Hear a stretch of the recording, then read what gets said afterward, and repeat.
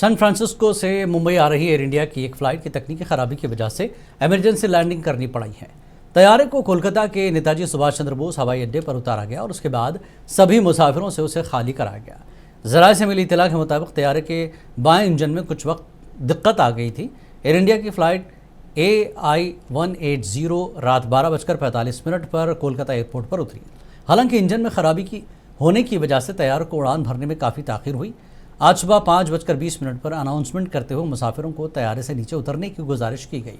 Flight के captain ने बताया कि यह फैसला मुसाफिरों के तहफ़्फ़ुज़ के पेश नज़र लिया गया है।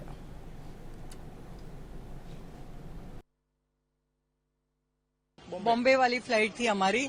हमको इन्फॉर्म किया गया कि पेट फ्यूलिंग के लिए कलकत्ता खड़ी रहेगी 1 hour 20 minutes समथिंग। तो वी सेड ओके, नीचे उतरना नहीं था, कुछ नहीं था। 1 hour 120 हो गया। उसके ऊपर 12:35 को भी लैंडेड टू कलकत्ता। उसके बाद में भी कोई स्टार्ट नहीं, 12:45-35 के आसपास। फिर कुछ इन्फॉर्मेशन दी ही नहीं जा रही थी हम लोगों को कि क्या प्रॉब्लम हो रहा है।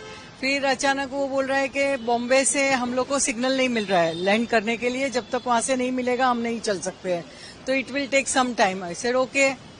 हम लोग को 5-6 घंटा हो गया। आफ्टर 5:30 को ही टोल्ड के कुछ टेक्निकल इश्यू आया है, तो वी हैव टू निकलना है हम फ्लाइट से। नीचे उतरते हैं तो हमको कोई प्रॉपर गाइड